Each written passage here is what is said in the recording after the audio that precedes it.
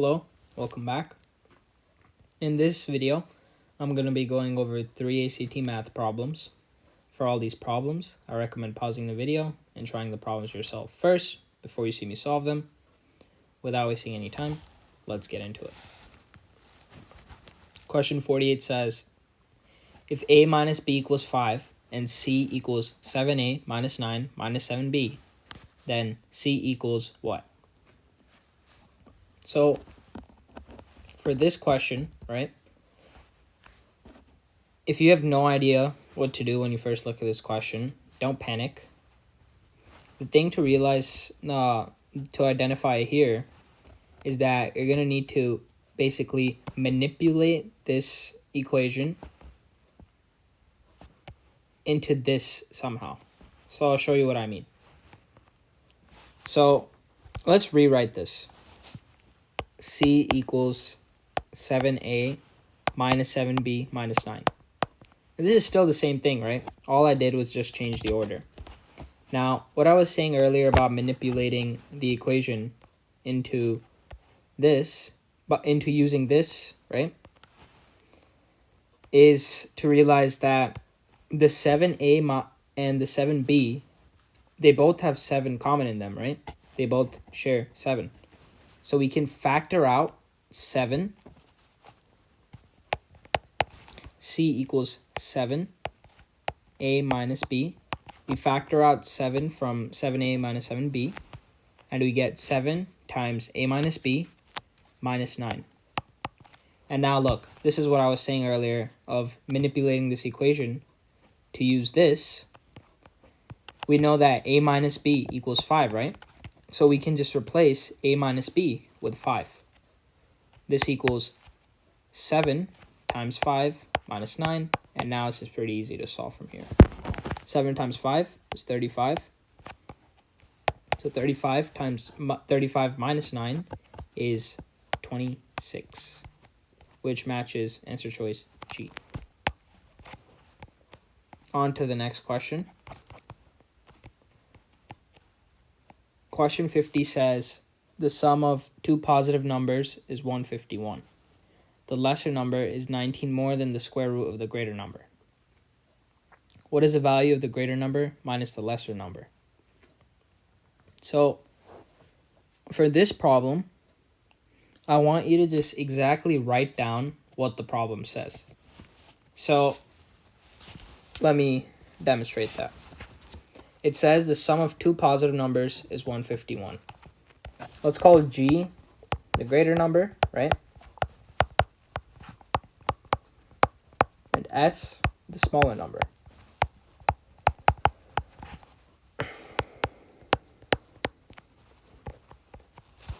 So it says the sum of two positive numbers is 151.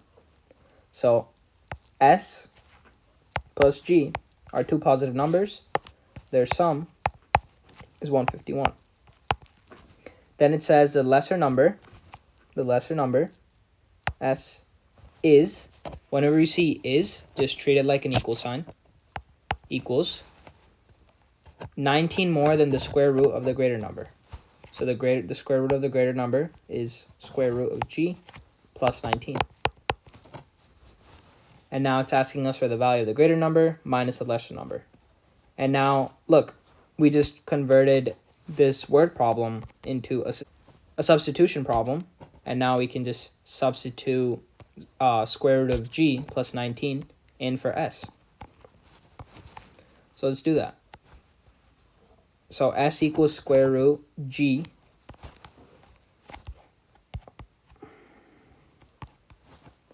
S equals square root G plus 19. So square root G plus 19, right? That's S plus G equals 151. And now let's solve for G. So to solve for G, you could always just plug this into the calculator. So on Desmos, instead of G, just put X plus 19 plus X equals 151, right? And now if you look for your solutions, we have one right here, 121, right? G is 121.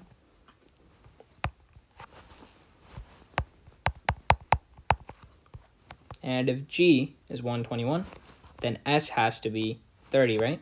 According to this first equation up here. S plus 121, S equal 151, S equals 30, right? And now it's asking us for the value of the greater number minus the lesser number, which is 121 minus 30, which is 91, which matches answer choice J. Also, on the graphing calculator, if you're taking the test on paper, you're going to have a graphing calculator with you. To solve it on the graphing calculator, you would do second math. Oh, never mind. You would just click math.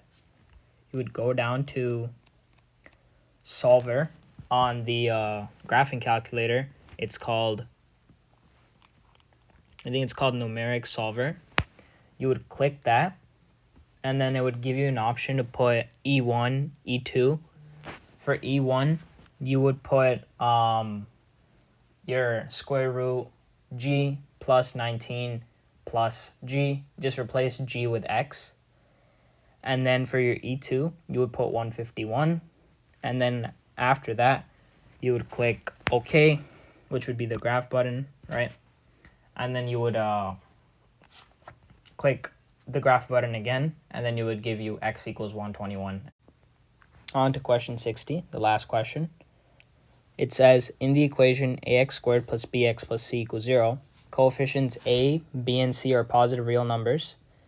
If a equals c and both roots of the quadratic equation are real numbers, which of the following relations must hold between a and b? Okay, so for this question, first, you need to use the discriminant, which is b squared minus 4ac. And remember, when the discriminant is strictly positive, then there's two real roots. If there's one root if the discriminant is equal to 0, and when the discriminant is negative, then there are two imaginary solutions or 0 real roots. So for this problem, we're going to use b squared minus 4ac greater than, but also equal to 0. And why? Well, when a question says an equation has real roots, don't just think strictly greater than 0. Unless it specifically says distinct or different roots, you have to include the or equal to sign. So in this case, it says a equals c, right? So that means it's a repeated root. So a discriminant equal to 0 gives you one repeated answer, like getting x equals 5 twice. But since 5 is still a real number, right? It still counts. So the thing to remember is that b squared minus 4ac equals 0. This constraint, when the discriminant is equal to 0, it still accounts for repeated roots, which means that 5 could be a repeated root. So it could act as both roots of your quadratic equation, right? It accounts for that. So you have to include the equal to sign there. So yeah, I hope that makes sense. So now when we look at the answer choices, we want to, first it says a equals c, right? And if we look at our answer choices, it's only with a and b, which means we should replace c with a because a equals c. So a times a is a squared. And now here, in all the answer choices, a is by itself. So let's solve for a.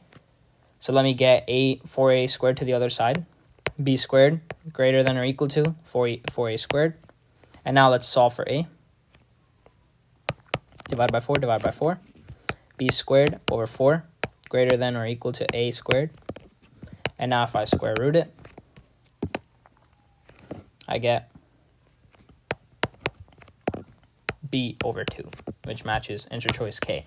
So just remember, if it specifically says in the problem that they're distinct or different roots, if the roots are distinct or different, then you use b squared minus 4ac greater than 0.